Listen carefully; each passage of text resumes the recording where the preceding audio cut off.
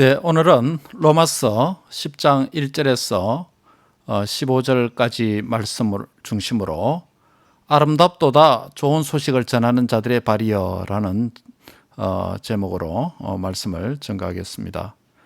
앞 문맥을 보면 오늘 본문이 놓여진 앞의 문맥을 보면 특별히 로마서 9장 3절에 나의 형제 곧 골육의 친척을 위하여 내 자신이 저주를 받아 그리스도에게서 끊어질지라도 원하는 바로다라고 말씀을 했죠.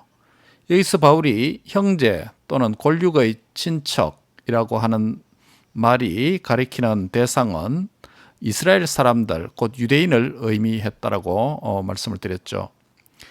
바울의 동족인 유대인의 구원에 대한 그 열정의 진정성은 구원의 열정에 대한 그 진정성은 너무나도 확실한 것이며 이 문제는 바울에게 있어서 자신의 양심과 성령 안에서 큰 근심과 그치지 않는 고통의 문제였다라고 그렇게 말한 바가 있습니다. 이제 로마서 10장 1절에서 이것은 내 마음에 원하는 바이며 하나님께 구하는 바다라고 말씀하고 있습니다. 즉 이스라엘의 구원 문제는 바울의 강한 구원의 열정 안에서 간절한 기도 제목이 되었다는 말씀이죠. 바울에게서 그의 구령의 열정은 감정으로 끝난 것이 아니라 하나님 앞에 간절한 기도가 되었다는 것입니다. 내적인 바람이나 소망이 기도를 통해서 표현되었다는 것이죠. 이런 점에서 기도는 그리스도인에게 있어서 항상 실천 또는 행함의 첫 번째 단계가 되어야 된다는 것입니다.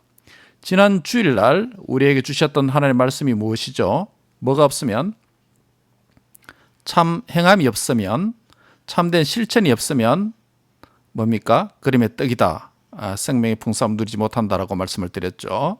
바로 그리스도인에게서 참된 행함, 참된 실천, 이것을 향하여서 나아가는 첫걸음이 기도라고 하는 사실입니다. 하나님께서 우리 마음에 생각을 주시고 또 우리의 내적인 마음속에 역사하시고 또 우리가 내적인 음성을 듣고 또 그렇게 할 때 그 상태로 머물러 있는다면 우리의 신앙에 유익이 되지 못하고 우리가 하나님 앞에서 생명을 풍성히 누리는 데 있어서 걸림돌이 되는 것이죠. 그래서 바로 행함으로 실천으로 표현될 때 생명의 풍성함을 누리는 그런 신앙의 길을 걷게 되고 또 우리를 향하신 또는 이웃을 향하신 세상을 향하신 하나님의 뜻을 이루게 된다는 것입니다. 그런데 그런 행함과 실천으로 나가는 첫걸음이 뭐라고요? 기도다라는 것입니다. 그런데 바울의 정언에 따르면 유대인들은 하나님께 열심이 있었다라고 말합니다. 바울에게 구령의 열정이 있었습니다마는 유대인들에게는 하나님에 대한 열심이 있었다라고 오늘 본문이 대조적으로 표현을 하고 있습니다. 여기서 사람과 일에 대한 열심이 아니라 하나님께 열심이었다라고 말한 것에 주목하시기 바랍니다. 하나님의 열심인 것이 얼마나 좋은 거예요. 그런데 오늘 그 하나님에 대한 열심이 좋은 것이라는 의미로 말하고 있지 않는 것이죠. 왜 그렇습니까? 그들은 하나님을 위한다고 하면서 하나님이 일을 한다면서 하나님께 열심을 나타냈습니다. 그러나 그 열심이 본문 2절에 말하는 대로 올바른 지식에 근거한 열심과 행함과 실천과 행동이 아니라는 점입니다. 그래서 지난 주일날 제 설교 요지에서 행함이나 실천 안에 앞에 무슨 말을 집어넣었습니까? 참이라고 하는 게 바로 그 이유입니다. 참된 행함, 참된 실천. 그냥 실천하고 행함이 될 텐데 왜 앞에 그 본문을 중심으로 참이라는 말을 넣었을까라는 것을 여러분께서 생각해 보셨습니까? 행함이라고 해서 다 같은 행함이 아니라는 것이에요. 실천이라고 해서 다 같이 하나님 기뻐하시는 실천이 아니라는 것입니다. 참된 실천과 참된 행함이 있다는 것입니다.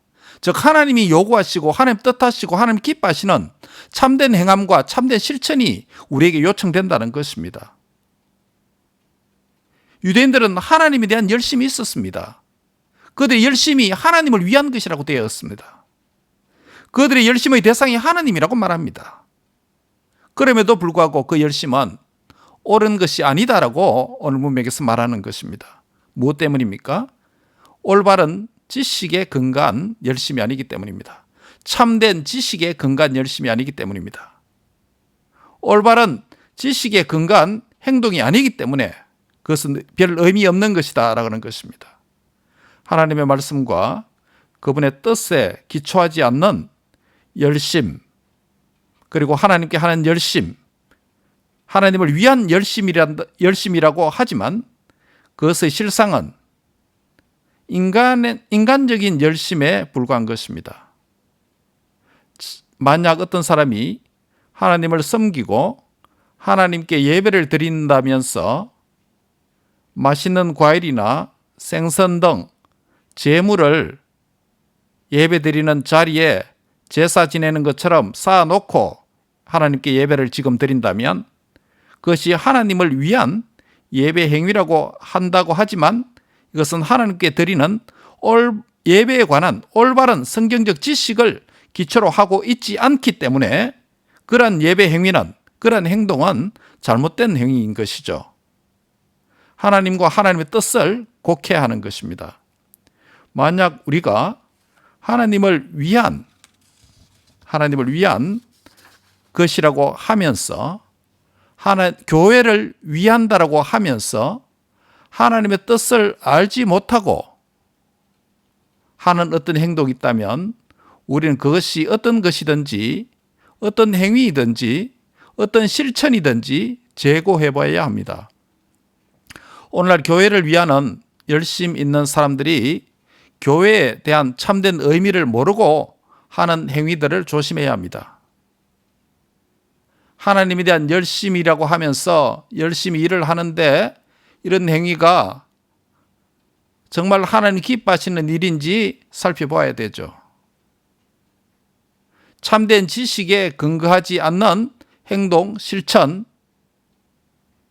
그것은 잘못된 것이라는 것입니다. 이런 행위들을 종교적 행위라고 우리가 부르죠. 그런 종교적 행위를 하면서 자신은 신앙생활 잘 한다라고 착각하고 스스로 위로받고 남에게 나는 그리스도인으로 살고 있다라고 말한다고 표현한다고 할지 모르지만은 하나님 보실 때는 그것이 참된 행위와 참된 실천이 될 수가 없는 것이죠. 유대인들이 올바른 하나님의 말씀에 대한 또 그분의 뜻에 대한 합당한 지식을 기초로 하지 않는 열심을 가지고 있었기 때문에 그 열심은 의미가 없는 것이었습니다. 심지어 하나님을 위한 열심이고 하나님을 향한 열심이었는데도 하나님의 이름이 거기에 걸려있는 열심인데도 불구하고 의미가 없는 것이었습니다. 그들은 어떤 무지를 나타낸 것입니까? 본문 3절에서 그들은 하나님의 의를 몰랐다라고 말합니다. 하나님의 의를 모르고 자신의 의를 세우고 힘써 하나님의 의에 복종하지 아니한 것이 문제라고 말합니다.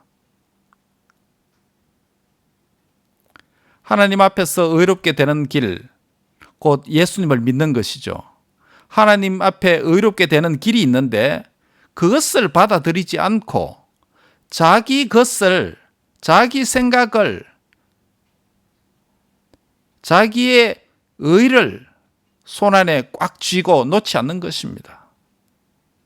자기의 전통, 자신의 습관, 거기에 붙잡혀서 하나님 앞에 의롭게 되는 새로운 길로서 예수님 오셔서 보여주셨는데도 불구하고 그 길을 갖지 않고 그 길을 믿지 않고 그 길에 근거해서 행동하지 않고 행하지 않는다는 것이죠. 그렇기 때문에 하나님을 향한 열심이 많을지라도 그것은 의미가 없다는 것이에요.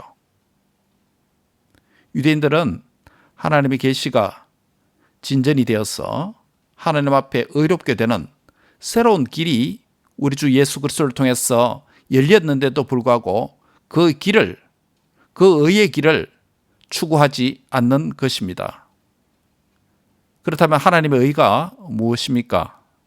본문 4절 보시면 그리스도는 모든 믿는 자에게 의를 이루기 위하여 율법의 마침이 되시느니라. 예. 신약 성경 가운데 또 로마서 가운데 가장 중요한 표현 중에 하나가 바로 이겁니다. 따라합니다. 그리스도는 율법의 마침이 되십니다. 예. 한번 더 할까요? 그리스도는 율법의 마침이 되십니다. 예. 율법의 종결이라는 것입니다. 그리스도는 모든 믿는 자에게 의를 이루기 위하여서 율법이 마침이 된다. 모든 믿는 자에게 의인이 되는 그런 은혜가 임하는데, 그런데 율법의 마침이 된다. 그리스도께서 율법의 마침이다. 최종결이다. 끝이다. 텔로스. 예, 끝이다. 하나님의 의는 그리스도를 믿음으로 말미암아 주어지는 더디 펴진 의, righteousness, 칭의의 은혜죠. 그리스도께서는 행위로 의롭게 되는 길이었던 과거의 그 율법의 마침이 되시고 율법의 종지부가 되신다는 것입니다. 옛날 방식, 옛 질서의 마지막이 되신다는 것이에요. 누가? 그리스도가. 하나님의 의는 예수 그리스도를 믿음으로 주어지는 의라는 새로운 길을 우리에게 열어주셨다는 것입니다. 하나님의 의는 율법을 행함으로 주어지는 의가 더 이상 아니라는 것이죠. 율법을 다 행할 수도 없습니다. 유대인은 율법의 요구를 충족시키지 못하고 율법을 행하는 것에 실패했습니다. 그래서 하나님으로부터 주어지는 새로운 길로서 의의 길을 열어주셨던 것입니다. 하나님의 의에 이르게 하시기 위해서, 하나님의 의의 길로 초대하기 위해서 하나님께서 의의 주님을 이 땅에 보내주셨죠. 그러나 유대인들은 하나님의 의와 의의 주 예수님을 받아들이지 않고 도리어 배척한 것입니다. 그러면서 그들은 여전히 율법의 의를 추구하려고 합니다. 율법을 통해서 율법을 행함으로 의롭게 되어질 수 있다고 믿고 그렇게 행하는 것입니다. 행하지도 못하면서. 그런데 그리스도가 율법의 마침이 된다는 거예요. 여러분 이 의미를 잘 생각하셔야 됩니다. 그리스도가 율법의 마지막이라는 거예요. 그러면 그리스도 이후로는 율법을 통해서 의롭게 될 수가 없다는 거예요. 율법을 종결하셨다는 말도 되고 그리스도께서 율법을 완성했었다는 말도 되고 이제는 새로운 길로서 하나님 의롭게 되는 새로운 길이 열렸는데 율법이 아닌 그리스도를 믿음을 통해서 의롭게 되는 새로운 길이 시작되었다는 것입니다. 새로운 질서가 왔다는 것이죠. 하나님의 나라에 새로운 질서가 임했다는 것이에요. 오늘 굉장히 중요한 말씀입니다. 한번 더 할까요? 그리스도는 율법의 마침입니다. 끝이라는 거예요. 예.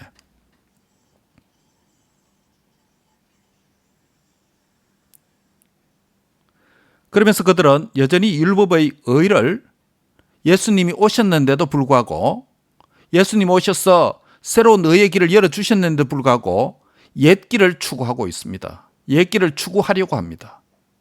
그리스도는 율법의 마침이 되시기 위해서 오셨는데도 불구하고 그렇다는 것이죠. 하나님 나라에 새 시대가 도래했는데도 불구하고 옛 시대에 사로잡혀 사는 것입니다. 새로운 질서가 왔는데도 옛 질서대로 얽매여서 산다는 것이죠.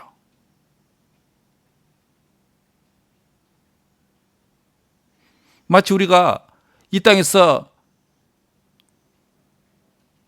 우리가 이제 여러분께서 미국에 사신 미국 시민권을 갖는데 미국의 시민권을 얻게 되어지면 미국의 시민으로 살아야 되는 것이지 옛날에 과거에 속하였던 나라의 그 시민으로 산다는 것은 다르죠. 법 자체가 다릅니다. 물론 공통된 법도 있지만 예, 완벽한 비유는 될 수는 없습니다만은 어쨌든 새로운 질서, 새로운 나라의 방식, 새로운 국가의 시민으로서 살아가는 방식, 하나님 나라의 시민으로서 살아갈 수 있는 새로운 법과 새로운 질서와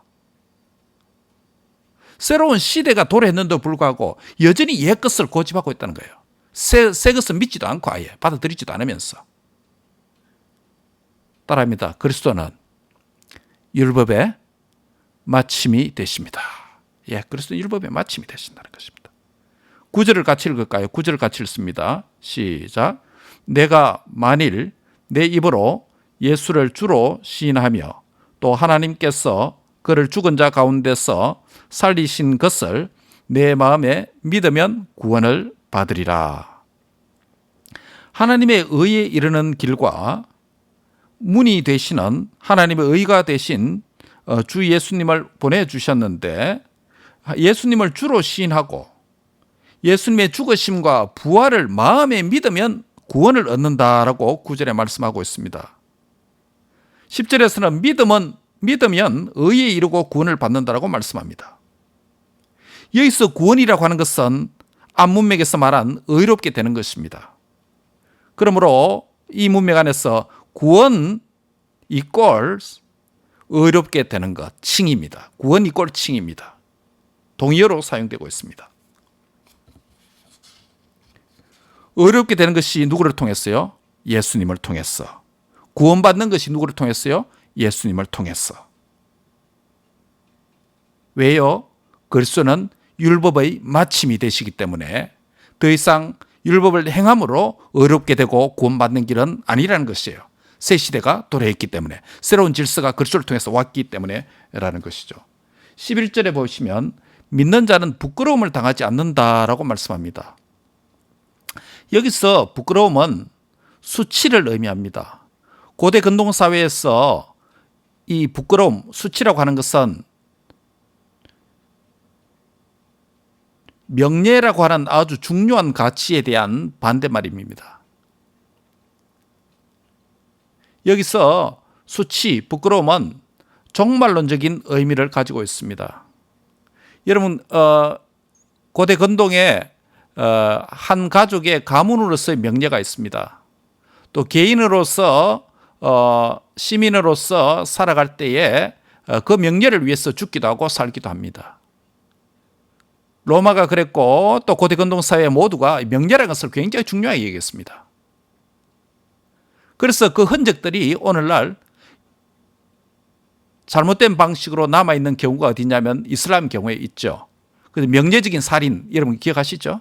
아버지가 딸을 명예살인이라고 해서 죽이고 그게 합법이라고 그렇게 하는 오늘날 그 뉴스가 종종 보도되지 않습니까? 예. 그 수치, 부끄러움, 예, 그것이 고대 근동의 아주 중요한 가치였습니다. 요즘 같으면 가치가 뭡니까? 우리 현대사회 가치가 뭐예요? 중요한 가치는 뭐로 여깁니까? 오늘날 중요한 가치가 뭡니까? 평화, 화목, 다양한 가치가 있겠죠, 현대에. 자유, 평등, 이런 게 있겠죠. 그러나 고대 근동의 사회에서는 이 명예라는 것을 굉장히 중요하게 여겼습니다. 굉장히 중요하게 여겼습니다. 명예를 위해서 죽고 사는 것입니다. 그런데 그 명예의 반대말이 수치, 부끄러움이에요. 그러한 고대 근동의 명예, 수치, 이런 개념에 익숙한, 이런 문화에 익숙한 사람들에게 바울은 이 로마서 본문을 통해서 믿는 자는 부끄러움을 당하지 않는다. 믿는 자는 부끄러움을 당하지 않다. 반대로 하면 불신하면 믿지 않으면 부끄러움을 당한다, 수치를 당한다는 것입니다. 그런데 이 땅의 수치, 이 땅의 명예는 부분적입니다. 그러나 궁극적인 부끄러움과 수치가 있다는 것이에요.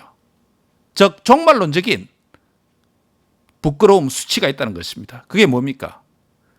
마지막 날 주 예수께서 오셔서 우리 앞에 심판의 보좌 앞에서 믿음이 없어서 의롭다 인정함을 받지 못하고 불의한 죄인으로서 영원한 지옥에 들어갈 자로 하나님께서 최종 판결하실 때 그 판결 받은 자가 그 자리에서 느끼는 감정이 바로 종말론적인 부끄러움이에요. 종말론적인 수치입니다. 얼마나 부끄럽고 수치스러운지 모릅니다. 그것은 이 땅에서 우리가 좀 실패해서 또 어려움을 겪어서 조금 부끄러움을 당할 수도 있습니다. 또 이 땅에서 죄를 지어서 좀 실수해서 약간의 부끄러움을 당할 수도 있어요. 예, 인간이 실수 없는 인간이 어디 있나요? 예, 조금 부끄러움을 당하는 일들을 할 수도 있습니다. 그러나 이런 문제는 회개하고 고치면 되는 겁니다. 그러나 궁극적인 마지막 최종적인 종말론적인 부끄러움 수치를 겪는 자는 다시금 회심이 불가능합니다. 다시 돌아서기가 불가능합니다. 왜? 최종 판결이기 때문에, 궁극적인 판결이기 때문에. 마지막 주님의 보좌 앞에서 이런 궁극적인 종말론적인 수치를 당하는 자가 아무도 없기를 바랍니다. 아멘. 예. 뭐가 조건입니까? 믿음입니다. 믿는 자는 부끄러움을 당하지 아니하리라. 믿지 않으면 이 부끄러움을 당하리라 라는 것입니다. 이러한 종말론적인 수치감에서 해방되는 길이 있습니다. 그것이 무엇이죠? 13절에서 말씀합니다. 누구든지 주의 이름을 부르는 자는 구원을 얻으리라 라는 것입니다. 누구든지 주의 이름을 부르는 자는 구원을 얻으리라. 여기서 이름을 부른다는 것은 단순히 이름을 부르는 호칭하는 행위 그 이상의 것을 의미하죠.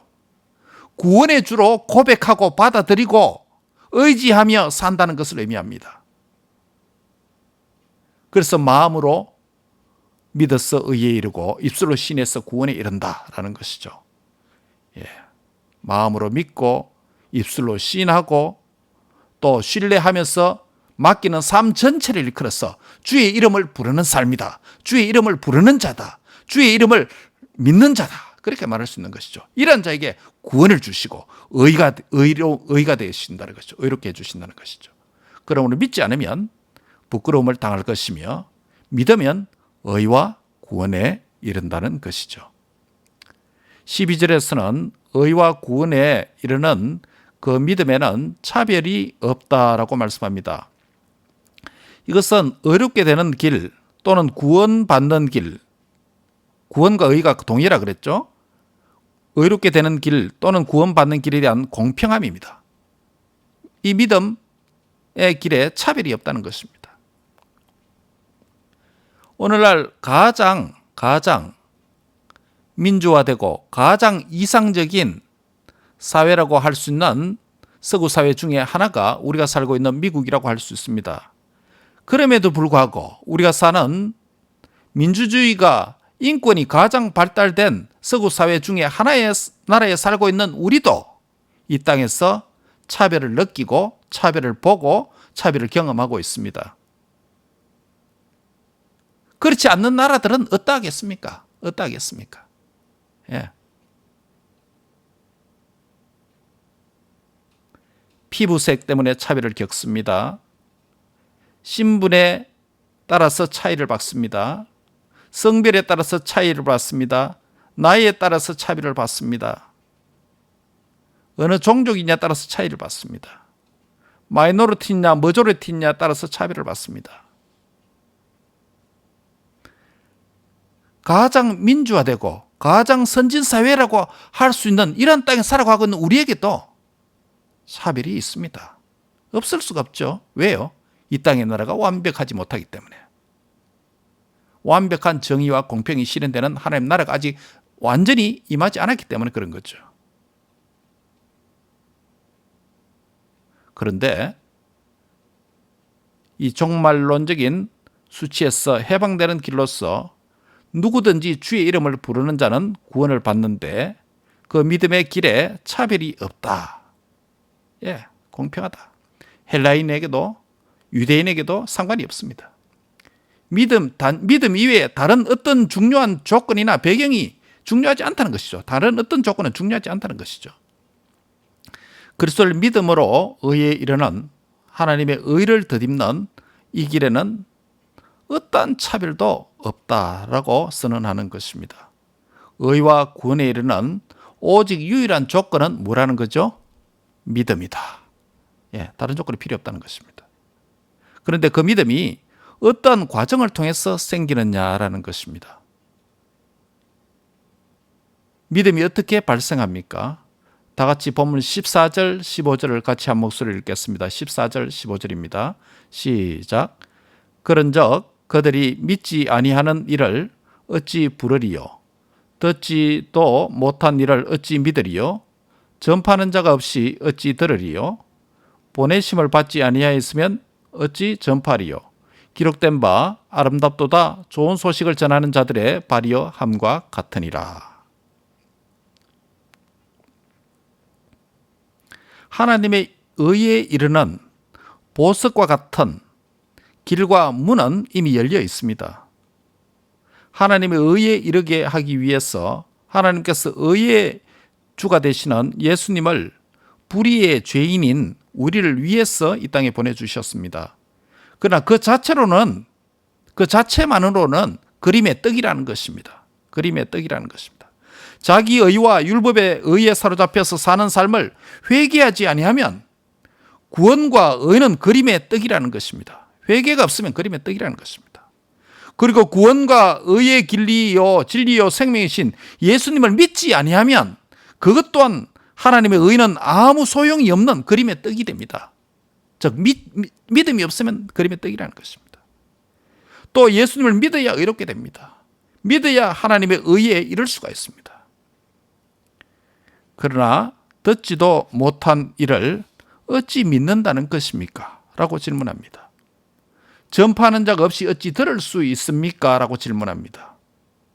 그리고 보내심을 받지 아니하였으면 어찌 전파할 수 있겠습니까? 라고 질문합니다. 하나님의 의의 길이 되시고 의의 주님이신 예수님을 나의 구주, 나의 하나님으로 마음으로 믿고 입술로 시인해서 차별 없는 하나님의 의와 구원에 이른 형제 자매 여러분, 저와 여러분은 하나님의 의의 사자로 오신 예수님을 믿고 의인 된 자인 것을 믿습니다. 우리 또한 의의 사자로 세상에 보냄을 받은 자입니다. 보냄을 받은 자로 하나님의 의에 이르는 의의 복음을 전파하고 의의 복음을 다른 사람으로 하여금 듣게 하고 의의 복음을 다른 사람으로 하여금 믿게 하는 의의 사자로 살아가는 은혜가 있기 바랍니다. 복음을 전하는 행함과 실천이 없으면 다른 사람을 죄와 사망으로부터 살리는 구원과 의는 그림의 떡이 될 뿐입니다. 우리는 구원과 의의 길로서 믿음의 주가 되시는 예수님을 전하는 자로 부름을 받았습니다. 여러분, 이 사명을 깊이 자각해야 됩니다. 하나님에 의해서 의의 복음을 전하는 자로 보냄을 받은 의의 사자를 일컬어서 오늘 본문 15절은 뭐라고 말씀합니까? 무슨 발? 냄새나는 발? 구두살 앉은 발? 아픈 발? 아름답도다. 좋은 소식을 전하는 자들의 발이요. 같이 한번 할까요? 아름답도다. 좋은 소식을 전하는 자들의 발이요. 이 말씀은 원래 이사야스에 기록된 본문을 바울이 인용하고 있습니다. 이 본문을 우리가 주일 다음 주 본문에 4명의 나병 환자들의 아름다운 소식에 전하는 발에 대해서 상고할 것입니다. 오늘은 아름다운 소식이 있는 날이거늘 이렇게 말하잖아요. 그죠? 예, 열왕기하 7장에서. 우리 주일 말씀과 수요일 말씀이 이렇게 매칭을 이루어가는 걸 볼 때 우리를 향한 하나님의 음성이람을 말씀을 전가하고 준비하고 전가하는 저에게는 큰 확신이 있습니다. 하나님께서 우리를 향한 적절한 말씀을 주고 계신다.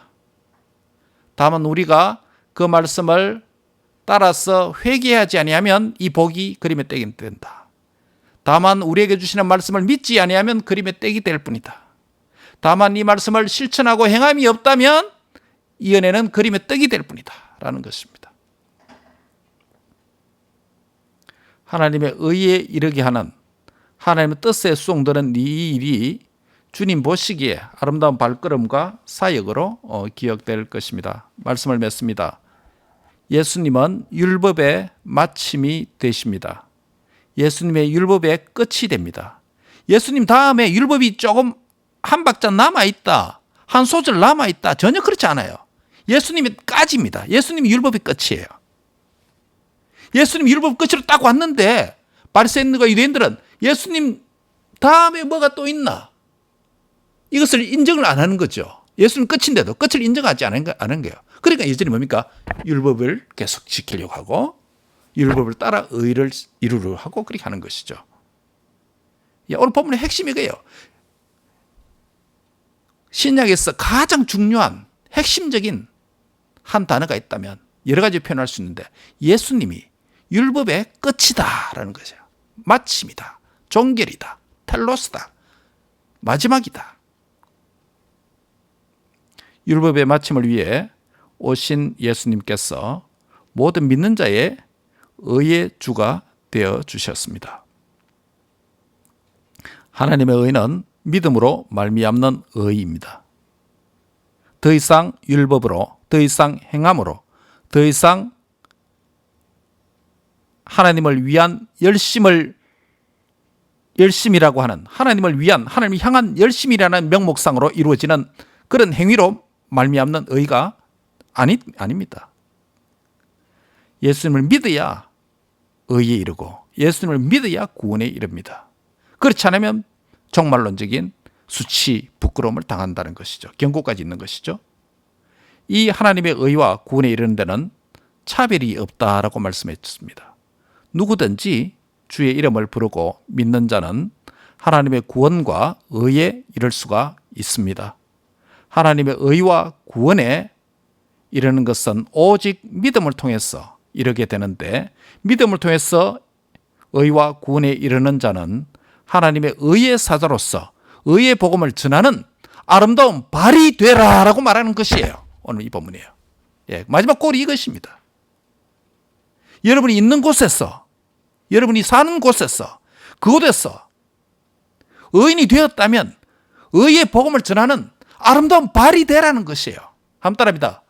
아름다운 소식을 전하는 아름다운 발이 되자. 아름다운 발이 돼야 되는 거야. 아름다운 소식을 전하는 자들이 전하는 발이야. 아름답도다 좋은 소식을 전하는 발이야. 복음이 좋은 소식 아닙니까? 복음이 좀 흉한 소식이에요.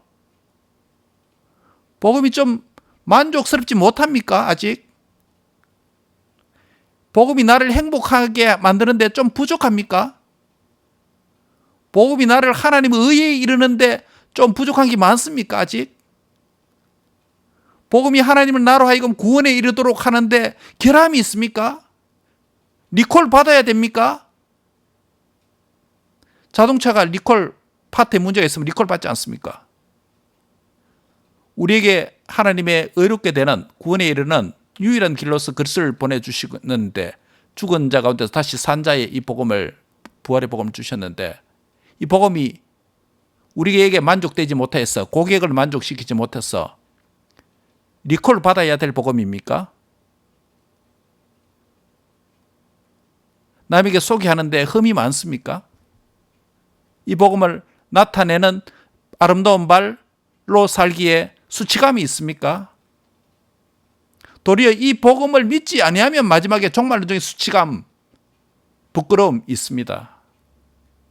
오늘 우리가 어떤 상황에서 나 있는 곳에서 하나님의 이 복음을 아름다운 소식으로 4명의 문둥명자처럼 오늘은 아름다운 소식이 있는 날이거늘 가만히 있으면 벌이 내게 임한다. 바울 표현을 하면 이 복음을 전하지 않으면 내게 화가 있도다. 바울의 이 말이 정확하게 열왕기 하 7장에 있는 그 말을 에코하고 있습니다.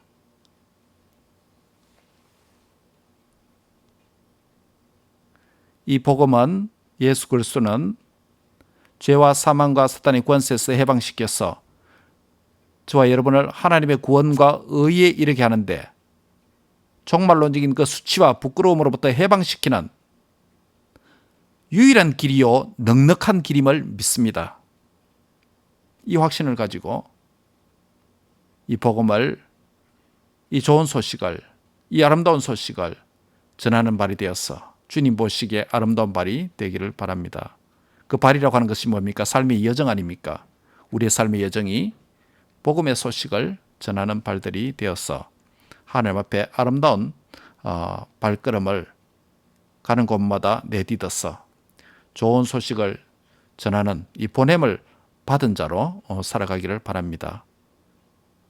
전하는 자가 없으면 어찌 들으리요? 전하는 자가 없으면 어찌 들으리요?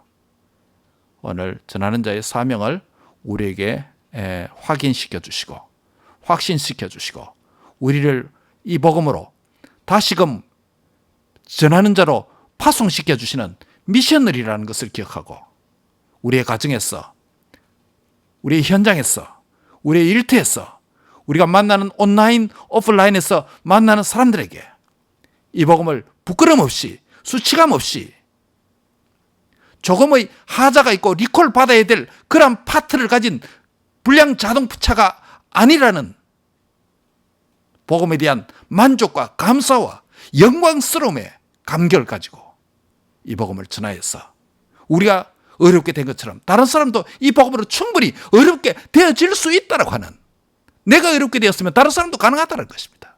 그게 무엇입니까? 나의 말의 능력이 아니고 복음의 능력인 줄 믿습니다. 의에 이르게 하는 복음의 능력이 그렇게 한다는 것이죠.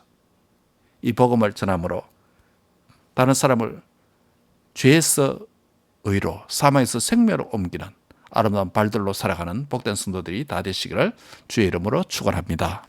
아멘.